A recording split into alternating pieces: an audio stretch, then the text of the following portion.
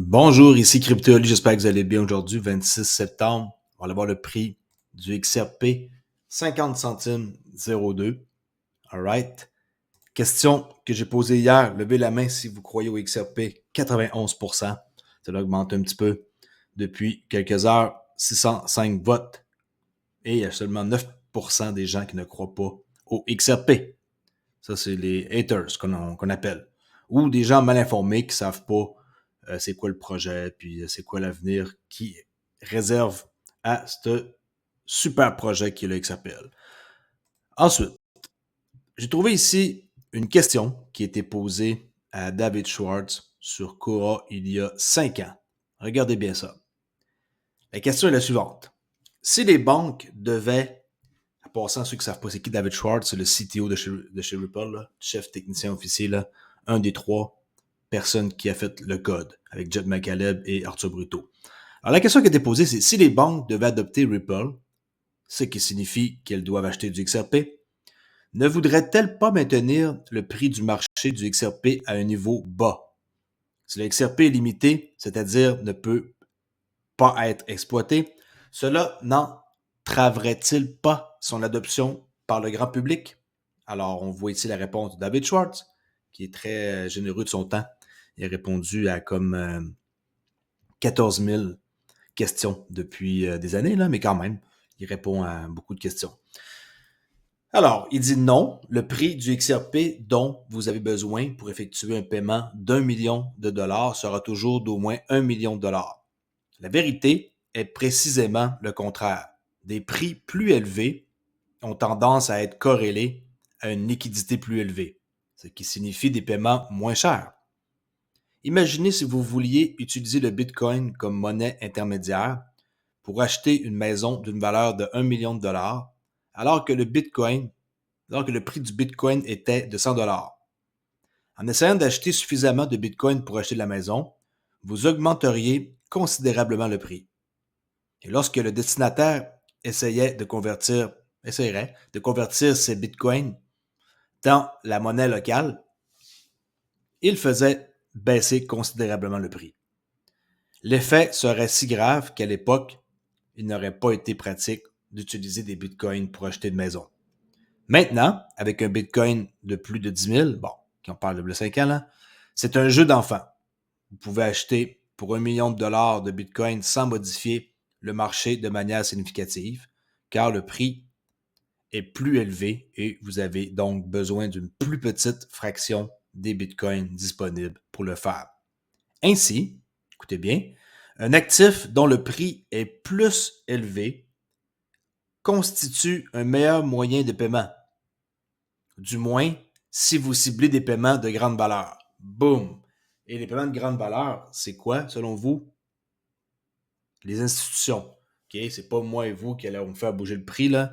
Et avec les liquidity hubs, le liquidity hub qui va avoir les automate market makers, tout l'argent qui va être là-dedans, que les gens vont pouvoir avoir des intensifs. En parlant d'intensifs, on va aller voir ici tantôt une mise à jour majeure de l'écosystème du XRPL. Alors, vous voyez, ça fait réfléchir.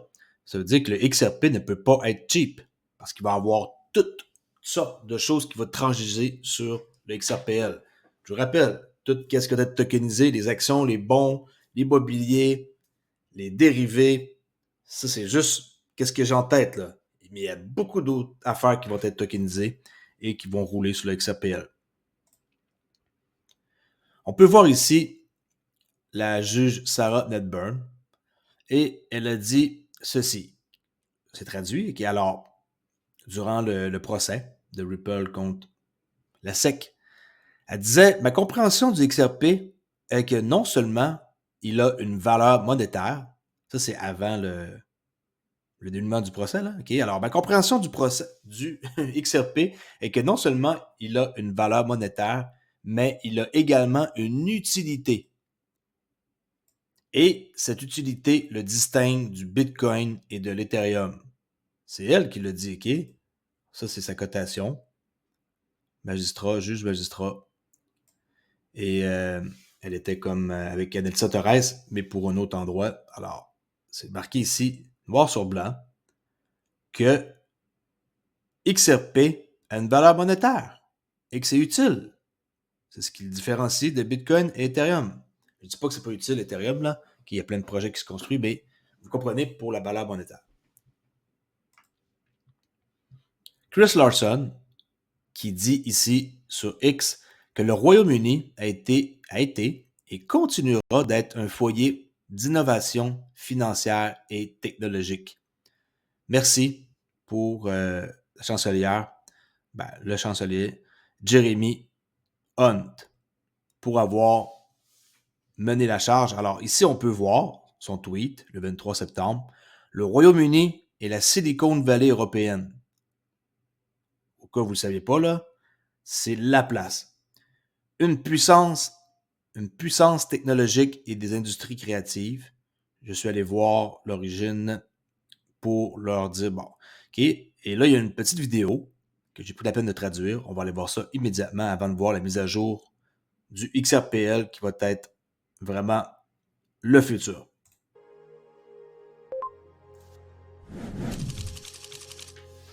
Il ne fait aucun doute dans mon esprit que la façon dont le Royaume-Uni envisage la technologie, les jeux, l'IA et bien autre chose autour de l'économie de l'innovation fait qu'aujourd'hui, le Royaume-Uni est fondamentalement la Silicon Valley de l'Europe.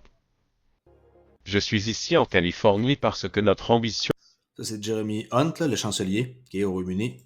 pour l'économie britannique est d'en faire la prochaine Silicon Valley du monde. Ici, dans la Silicon Valley originelle, le fait qu'il y a quelques années le Royaume-Uni soit devenu le 3e pays au monde à avoir une économie technologique d'une valeur de 1000 milliards de dollars suscite un intérêt considérable. Elle est 2 fois plus grande que celle de l'Allemagne et 3 fois plus grande que celle de la France. Et beaucoup de gens souhaitent investir dans ce succès. La distribution de la technologie est là pour pouvoir soutenir une industrie beaucoup plus vaste. Nous devons simplement investir dans ces idées et ce potentiel. Oui, eh bien, nous aimons travailler au Royaume-Uni. Chris Larson, OK. On peut voir qu'il est très proche avec le chancelier. Nous y avons doublé notre bureau au cours des dernières années. Ils ont doublé le nombre de bureaux qu'ils ont. Faire reculer au Royaume-Uni. Investir dans ces idées et ce potentiel. Oui, eh bien, nous aimons travailler au Royaume-Uni. Nous y avons doublé notre bureau au cours des dernières années.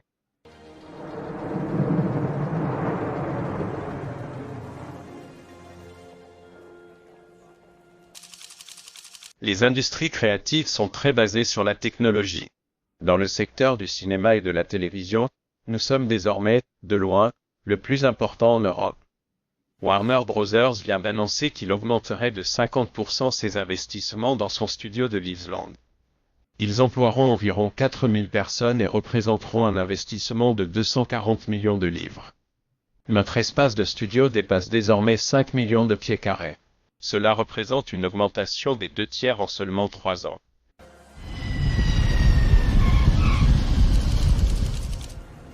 Je visite Amazon, Alphabet, qui est la société mère de Google, Microsoft. Nous parlons d'approfondir la coopération entre le Royaume-Uni, qui est la Silicon Valley européenne, et la Silicon Valley d'origine, qui se trouve ici aux États-Unis, en particulier en ce qui concerne l'intelligence artificielle, qui sera la grande nouveauté à venir. La gang, l'intelligence artificielle, ratez pas votre coup. C'est bien beau, tous les projets qui existent. XRP, XLM, que j'adore. De Rajgraph, il y a plein de projets Casper Network, Quant. Mais il y a d'autres choses qui existent. Essayez de regarder les tokens d'intelligence artificielle. C'est l'avenir et je crois que mettre quelques billets dans les AI, c'est l'avenir. Pour transformer toutes nos vies. Au Royaume-Uni, nous avons de solides projets d'expansion.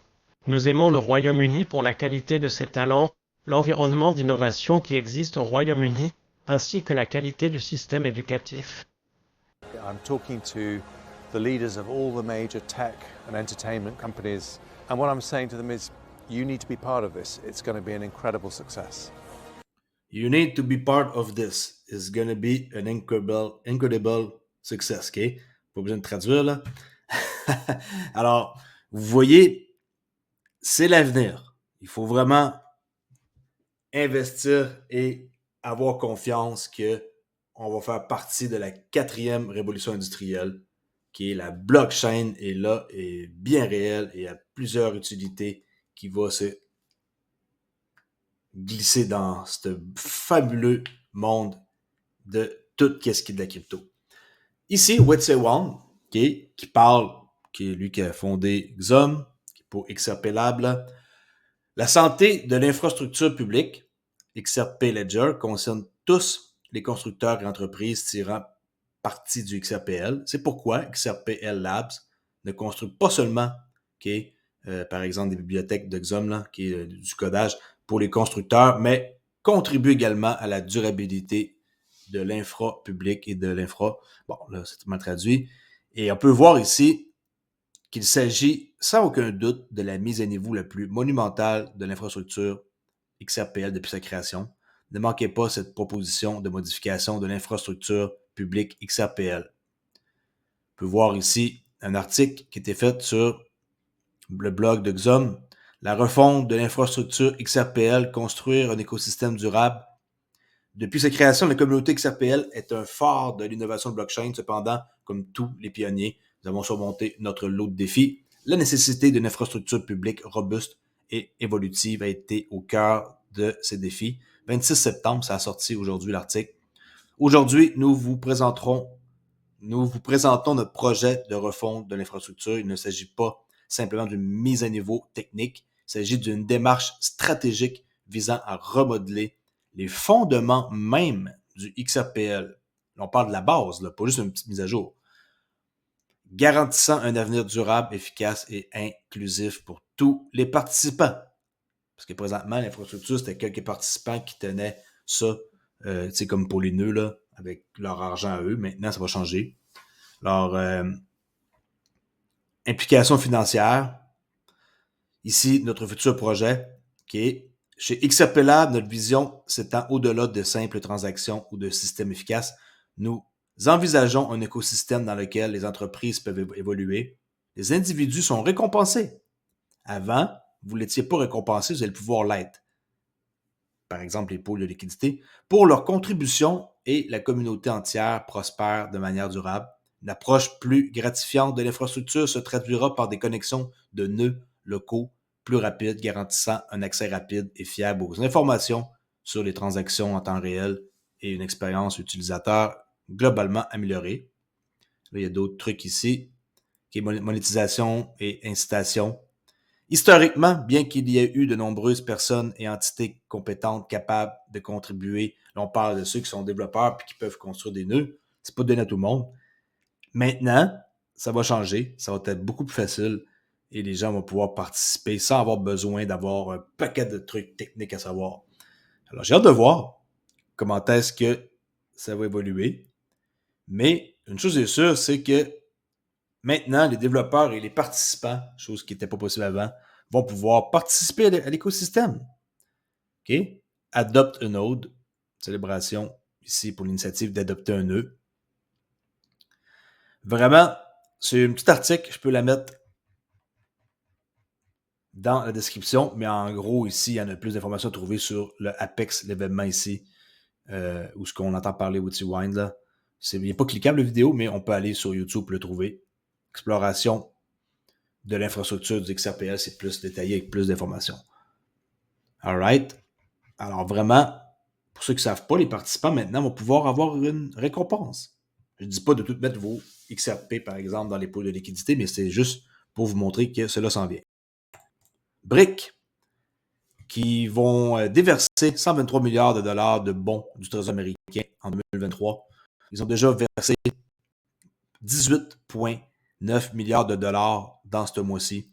Alors, une poignée de pays de l'Alliance BRIC coupent leur lien avec le Trésor américain en se débarrassant de leurs bons du Trésor. Les bons du Trésor, en passant, ils vont être tokenisés sur la blockchain XRPL, par exemple. Là. C'est les actions, l'immobilier, tout ça va être tokenisé. Les BRIC cherchent de plus en plus. Pour ceux qui ne savent pas BRIC, en passant, Brésil, Russie, Inde, China et South Africa. Là. Ça, c'est BRIC et il y a BRIC Plus avec plein d'autres pays qui se sont joints à eux dernièrement. C'est facile de faire une recherche. Mettez BRIC avec le signe plus et vous allez voir les pays qui les ont rejoints. Alright. Alors, cette décision constitue une protection contre les politiques économiques américaines. Ils ne veulent plus faire partie hein, de se faire gérer par quelqu'un d'autre là, qui réduirait la capacité du dollar à financer son déficit. C'est comme si que tout qu'est-ce qui est de déficit est financé là, grâce à ça. Et écoutez, je l'ai dit, c'est une tentacule parmi le Forum économique mondial. C'est pas BRIC qui va changer le monde, jamais de la vie, mais ils vont être assez importants qu'ils vont faire pas mal de dommages et ça va être de quoi qui est à surveiller. All right? J'ai reçu des commentaires en quoi que BRIC vont être sur le futur système quantique. Là, arrêtez-moi ça. Il n'y a pas personne qui parle de système quantique à nulle part. Les informations qu'on trouve, c'est tout du monde qui invente des choses. Et si c'était le cas, c'est sûr et certain qu'il y aurait des trucs qu'on entendrait parler de personnes fiables. Mais à date, il n'y a personne qui parle de ça. C'est pas un secret, c'est pas une cachette, c'est pas un truc qui va arriver du jour au lendemain. Puis il y a du monde qui disait que dans la nuit de hier aujourd'hui, que le nouveau système quantique allait être opérationnel en Angleterre. Oh, arrêtez toutes ces affaires-là. Là. Il n'y a pas de système quantique. Oui, ça existe. Est-ce que ça va être quelque chose qui va être plus tard implanté? Je ne sais pas. Est-ce que ça va venir nuire à tout ce qui est de blockchain et des gens mal intentionnés qui vont vouloir faire de quoi? Je ne sais pas. C'est toutes des questions que je n'ai pas de réponse. Mais venez écrire dans les commentaires, ça me fait plaisir de vous lire. Je lis tous les commentaires, je réponds quand même pas mal et j'enlève les spams. Il n'y a pas de spam dans mes commentaires. Quand il y en a du spam, je les enlève après 1 heure ou 2 maximum. Puis ça ne reste pas là pour pas que le monde se fasse avoir. Ici, je partage une autre petite vidéo. On va aller voir les banques nationales du monde entier, en quoi ils sont prêtes pour les CBDC. Et un Ripple XRP sera l'atout, le relais, là, qui est le bridge pour leur économie, pour leur permettre, excusez-moi, d'économiser des coûts de transaction. On peut voir ici M. Rui, j'ai plus son nom, attendez un instant. Bon, Dilip Rao, là, j'avais un autre nom en tête. Il est le Global Head of Infrastructure, qui est l'innovation, dans le fond, pour l'infrastructure globale. C'est lui le chef derrière ça. Et on va aller voir qu'est-ce qu'il dit dans la vidéo que j'ai traduite. C'est pas une vidéo qui est récente, ça date de quand même un bon bout de temps, mais on voit que ça fait du sens d'écouter ça en date d'aujourd'hui. Regardez bien.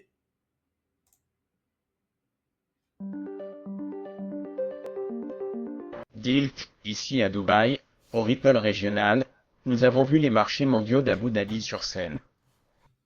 Et Ripple s'est engagé auprès de nombreuses banques centrales du monde entier. Pourquoi Ripple fait-il ça? Eh bien, vous le savez, les banques centrales sont à la fois des régulateurs de leur écosystème financier, mais elles gèrent également les systèmes de paiement dans leur propre pays.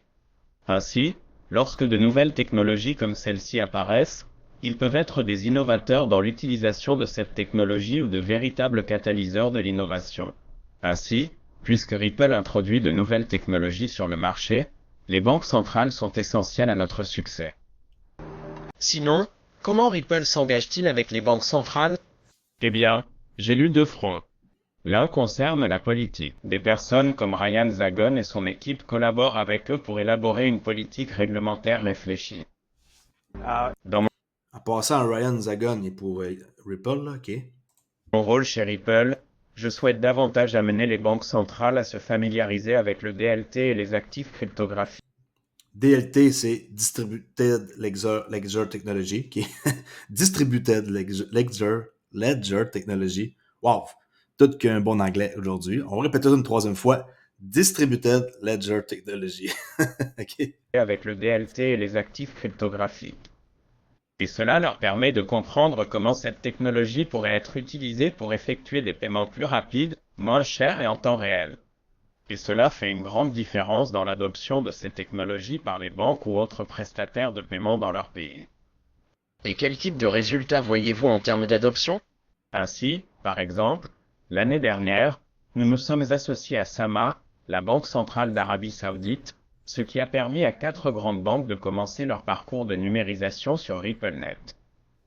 Ici, par exemple, les marchés mondiaux de Bahreïn et d'Abu Dhabi sont à la pointe du développement de cadres réglementaires pour l'utilisation des actifs cryptographiques, ce qui doit être une bonne chose pour l'écosystème. Alright, OK.